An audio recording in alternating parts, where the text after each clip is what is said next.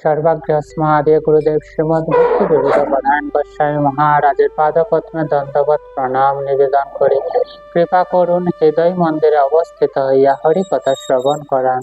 तत्पश्चात परम गुरुदेव एवं गुरु परम्परार प्रति सश्रद्धा दंडवत प्रणति निवेदन करी कृपा करुन जाते आज आमी हरि कथा श्रवण करते पारी।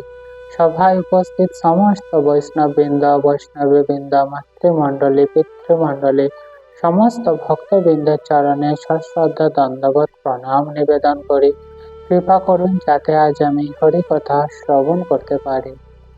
आज आमरा श्रीमद् भगवद गीतार दशम अध्याय थेके श्रवण करब। दशम अध्यायेर 31तम श्लोक थेके आमरा श्रवण करब। এই শ্লোকে ভগবান শ্রীকৃষ্ণ তার বিভূতি যোগ সম্পর্কে যা উপদেশ প্রদান করেছেন সেটির সম্পর্কে আজ আমরা শ্রবণ করব। তো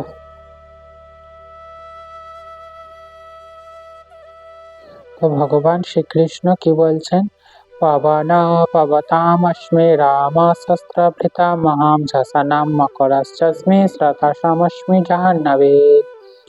অর্থাৎ পবিত্রকারী বস্তুদের মধ্যে আমি বায়ু, অর্থাৎ সমস্ত বায়ু কি করে যা কিছু অপবিত্র থাকে সেটিকে পবিত্র করে তোলে। সেই পবিত্রকারী বস্তুর মধ্যে প্রধানতম হচ্ছে বায়ু, আর সে বায়ু হচ্ছে ভগবান শ্রীকৃষ্ণের বিভূতি স্বরূপ। শস্ত্রধারীদের মধ্যে আমি পরশুরাম। যখন এই পৃথিবীতে বিভিন্ন প্রকার অত্যাচার হয় তখন হচ্ছে ভগবান শ্রীকৃষ্ণ ক্ষত্রিয় রূপে পরশুরাম রূপে শস্ত্র ধারণ করে। মৎস্যদের মধ্যে আমি মকর এবং নদী সমূহের মধ্যে গঙ্গা। যে সমস্ত নদী এই পৃথিবীতে রয়েছে সবচেয়ে পবিত্র নদী হচ্ছে গঙ্গা, আর এই গঙ্গা হচ্ছে ভগবান শ্রীকৃষ্ণের এক প্রকার বিভূতি। শ্লোক সংখ্যা 32। सर्गा नामादिरन्तश्च मध्यं चैवाहमर्जुन अध्यात्म विद्या विद्यानां वाद प्रवदतामहम्। অর্থাৎ হে অর্জুন, সমস্ত বস্তুর মধ্যে আমি আদি মধ্য ও অন্ত।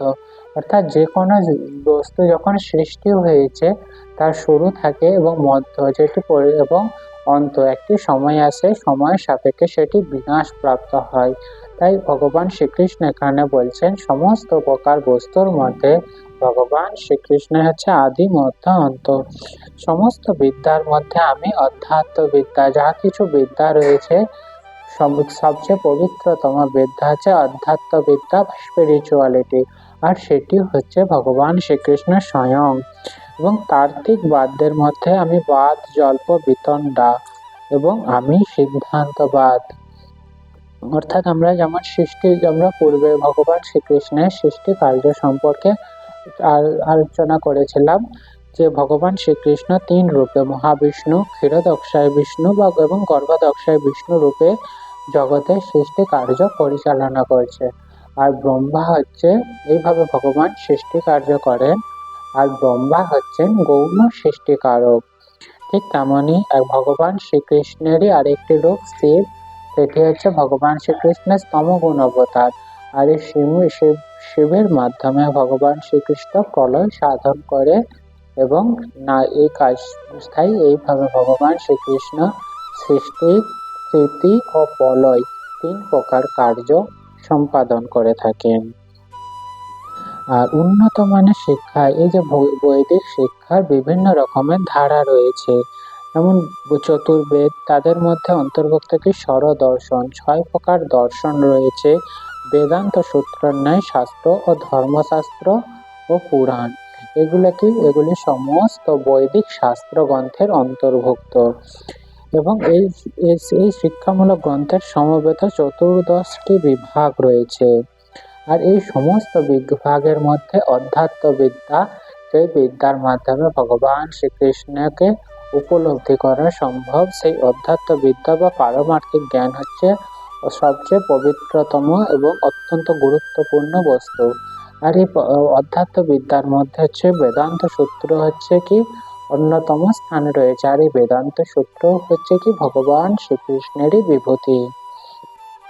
ন্যায়শাস্ত্রে কি তার্কিকরা যারা তর্কশাস্ত্র নিয়ে অধ্যয়ন করে থাকেন তারা কি বিভিন্ন প্রকার যুক্তি সমর্থনের জন্য সাক্ষ্য বা প্রামাণিক তথ্য প্রদান করেন। সেগুলোকে কি বলা হয়? প্রামাণিক তথ্যকে বৈদিক শাস্ত্র অনুযায়ী বা সংস্কৃত শাস্ত্রে বলা হয় জল্প। এবং পরস্পর যখন তর্ক করেন একজন অন্যজনকে পরাস্ত করেন, এই পরাস্ত করার প্রচেষ্টাকে বলা হচ্ছে বিতণ্ডা। এবং চূড়ান্ত সিদ্ধান্ত অর্থাৎ এই তর্ক করার পর করতে করতে যখন চূড়ান্ত সিদ্ধান্তে এসে উপনীত হয় সেই সিদ্ধান্তকে বলা হচ্ছে কি বাদ। আর এই চূড়ান্ত সিদ্ধান্ত মানে এই যে তর্কশাস্ত্রে যে চূড়ান্ত সিদ্ধান্তে উপনীত হওয়া যায় সেটি হচ্ছে কি ভগবান শ্রীকৃষ্ণ। সেই চূড়ান্ত সিদ্ধান্তের হচ্ছে প্রতীক কি ভগবান শ্রীকৃষ্ণ স্বয়ং। তো শ্লোক সংখ্যা 33। অক্ষরাণাম অকারস্মে দ্বন্দ্ব সমাসিকস্য চ অহমেবাক্ষয় কাল ধাতাহম বিশ্বতমুখম। অর্থাৎ সমস্ত অক্ষরের মধ্যে আমি হচ্ছি অকার। অর্থাৎ এই যে সংস্কৃত যে বর্ণমালা রয়েছে তার প্রথম বা শুরু যে অক্ষর সেটি হচ্ছে অকার। আর এই অকারের মাধ্যমে হচ্ছে কি সমস্ত প্রকার গ্রন্থ সমস্ত কিছু জানা যায়।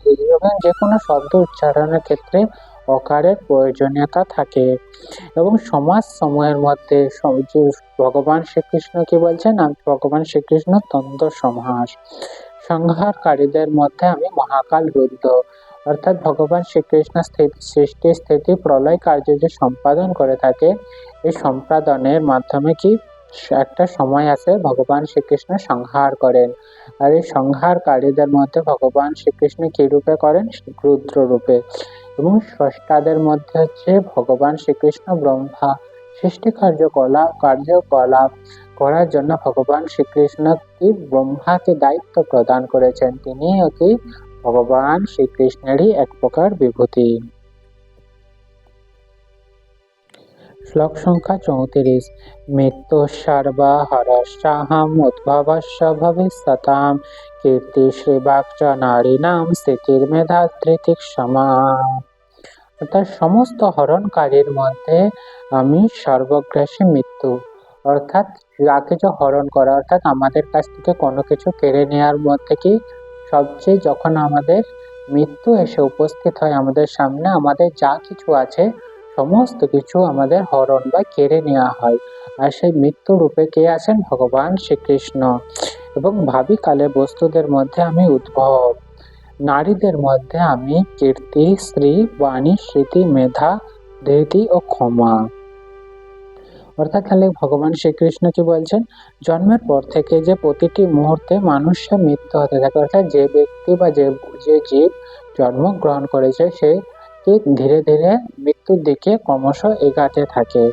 আর এইভাবে মৃত্যু প্রতিটি প্রাণীকে গ্রাস করে চলেছে। অর্থাৎ যে প্রাণী জন্মগ্রহণ করেছে সে প্রাণী কালের নিয়মে একটা সময় বিনাশ প্রাপ্ত হবে, মৃত্যু তাকে অবশ্যই গ্রাস করবে। আর এই যে মৃত্যু রূপে ভগবান শ্রীকৃষ্ণ স্বয়ং আসেন।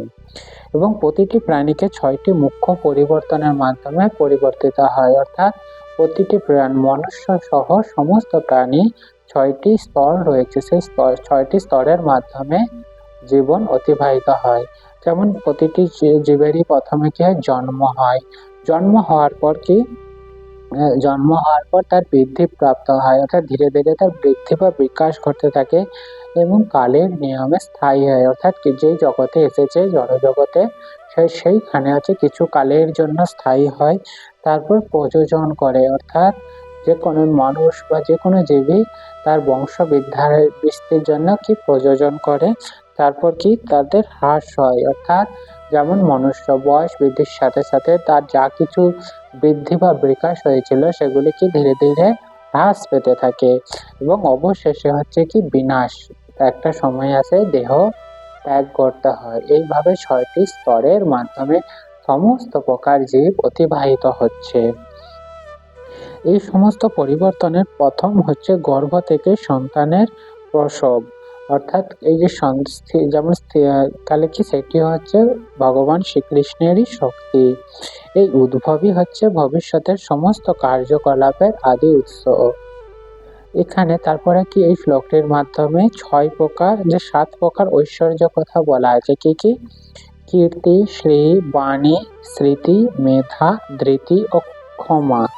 এই ৭ প্রকার ঐশ্বর্য কি এটিও হচ্ছে ভগবান শ্রীকৃষ্ণেরই বিভূতি স্বরূপ। আর এই যে কীর্তি, শ্রী, বাণী, স্মৃতি, মেধা, ধৃতি ও ক্ষমা এগুলি কি? এগুলি স্ত্রীলিঙ্গবাচক শব্দ। কোনো ব্যক্তি যখন এই প্রকার ঐশ্বর্য যদি সবকটি বা কয়েকটি ধারণ করে থাকে তখন কি হয়? তখন এই জড় জগতে সে মহিমান্বিতা হয়ে ওঠে। এবং কোনো মানুষ যখন ধার্মিক ব্যক্তিরূপে বিখ্যাত হন, অর্থাৎ ধর্মকর্ম সঠিকভাবে অনুশীলন করে, তখনও কি হয়? তখন সেই ব্যক্তি জগতের চোখে মহিমান্বিত হয়ে ওঠে। সংস্কৃত হচ্ছে পূর্ণাঙ্গ শ্রেষ্ঠ ভাষা, তাই তা অতি মহিমান্বিত। অর্থাৎ সংস্কৃত ভাষার যে নিয়মাবলী তাহা কি অত্যন্ত শুদ্ধ একটি ভাষা রূপে পরিচিত। আর এটি অতি মহিমান্বিত ভাষা। কোনো কিছু পাঠ করার পরে কেউ যখন তা মনে রাখতে পারে, অর্থাৎ এই যে ভগবত গীতা বা কোনো কিছু গ্রন্থ অধ্যয়ন বা কোনো কিছু জগতে পাঠ করে হোক না কেন, সেগুলি যখন মনে করে রাখার ক্ষমতাকে বলা হচ্ছে, সেই গুণকে কি বলা হচ্ছে? সেই গুণকে বলা হচ্ছে স্মৃতি। আর যে সামর্থ্যের দ্বারা বিভিন্ন বিষয়ের উপর বহু গ্রন্থ কেবলই অধ্যয়ন করা নয়, অর্থাৎ শুধু গ্রন্থ অধ্যয়ন নয়, সেই সঙ্গে সেগুলিকে হৃদয়ঙ্গম, অর্থাৎ যা আমরা অধ্যয়ন করছি সেগুলিকে যখন আমরা হৃদয়ঙ্গমন করতে পারি, তখন কি প্রয়োজনে এবং প্রয়োগ করতে পারি, তখন সেটিকে বলা হয় মেধা। এটিও ভগবান শ্রীকৃষ্ণের এক প্রকার বিভূতি। এর যে সামর্থ্যের দ্বারা অস্থিরতা, অর্থাৎ বিভিন্ন রকমের অস্থিরতা পরিবেশ যদি সৃষ্টি হয়, সেই অস্থির পরিবেশেও যদি কোনো ব্যক্তি যদি স্থির থাকতে পারে এবং সঠিক সিদ্ধান্ত নিতে পারে, সেই প্রকার ক্ষমতাকে বলা হচ্ছে ধৃতি। আর এই ধৃতিও হয় কি ভগবান শ্রীকৃষ্ণেরই এক প্রকার বিভূতি। আর কেউ যখন সম্পূর্ণ যোগ্যতা সম্পন্ন, অর্থাৎ সমস্ত প্রকার যোগ্যতা রয়েছে, তবুও কি বিনয়ী এবং ভদ্র, এবং কেউ যখন সুখ ও দুঃখ উভয়ের সমান ভারসাম্য বজায় রাখে, অর্থাৎ সুখ এবং দুঃখ আসলেও সমানভাবে স্থির থাকতে পারে, তখন সেই স্থির থাকার ক্ষমতায় যখন সক্ষম, তার সেই ঐশ্বর্যকে বলা হচ্ছে কি ক্ষমা। তো আমরা এরপর তাহলে কি আমরা এই যে ৭ প্রকার যে গুণ আমরা জানলাম বা ঐশ্বর্য জানলাম, এগুলি যখন কোনো ব্যক্তি তাহলে যদি অর্জন করতে পারে, সে অত্যন্ত মহিমান্বিত হয়ে উঠবে।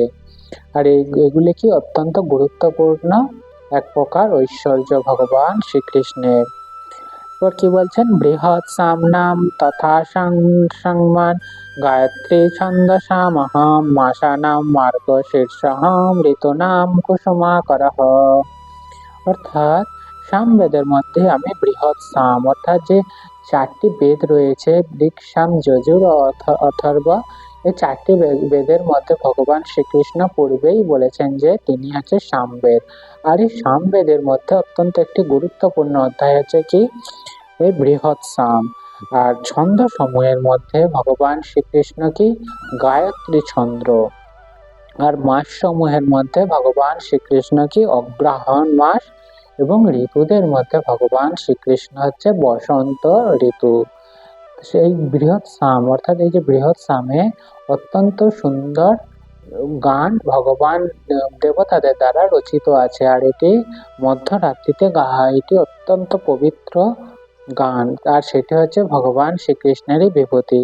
আর মন্ত্র সমূহের মধ্যে অত্যন্ত গুরুত্বপূর্ণ মন্ত্র হচ্ছে গায়ত্রী মন্ত্র।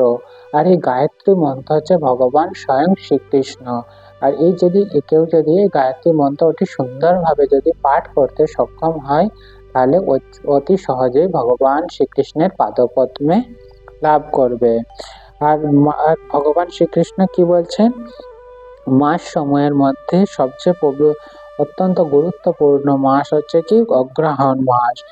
কেন এটি অগ্রহায়ণ মাস অতি গুরুত্বপূর্ণ? এই সময় হচ্ছে চাষিরা ক্ষেত থেকে হচ্ছে ফসল তাদের বাড়িতে নিয়ে যায়, অর্থাৎ এই মাস অতি গুরুত্বপূর্ণ।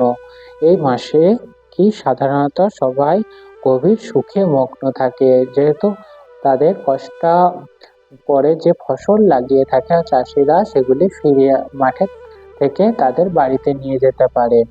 তাই এই মাঘ শীর্ষ বা অগ্রহায়ণ মাস অতি গুরুত্বপূর্ণ মাস। আর ঋতুর মধ্যে অত্যন্ত আনন্দময় মাস হচ্ছে কি বসন্তকাল। আর এই বসন্তকাল কি হয়, বিভিন্ন প্রকার মহোৎসব এবং শ্রীকৃষ্ণের বিভিন্ন প্রকার লীলা যে রয়েছে এই কালেই সংঘটিত হয়েছিল। তাই এই মাসটিও কি ভগবান শ্রীকৃষ্ণেরই প্রতিনিধি স্বরূপ বা বিভূতি। এরপর আমরা শ্রীমদ্ ভগবদ গীতার যে মাহাত্ম্য সেটি শ্রবণ করব।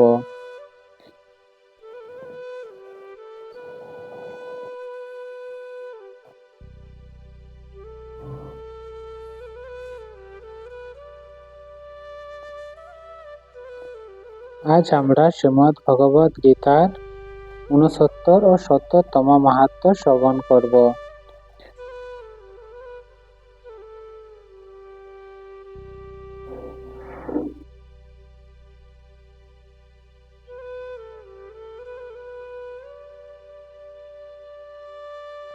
গীতা দান প্রভাবেন সপ্তকল্পমিতা সমা বিষ্ণুলোকমবাপ্যন্তে বিষ্ণুনা সহ মদতে।